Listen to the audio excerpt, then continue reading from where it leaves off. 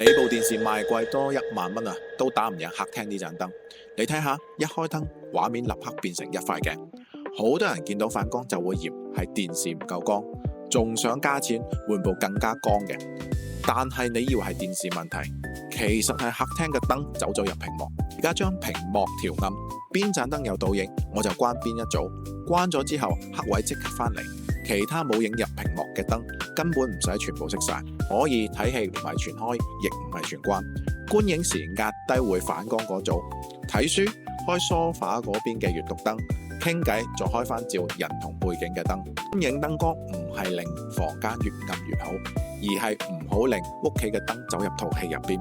我規劃客廳嘅燈光，第一步唔係要數要裝幾多盞，而係平時你坐嗰個位置睇電視嘅時候，逐組咁測試反光，再分好觀影、閱讀同聊天嘅場景。你屋企睇戲開燈會反光，打1；全部關燈又覺得太暗嘅，打2。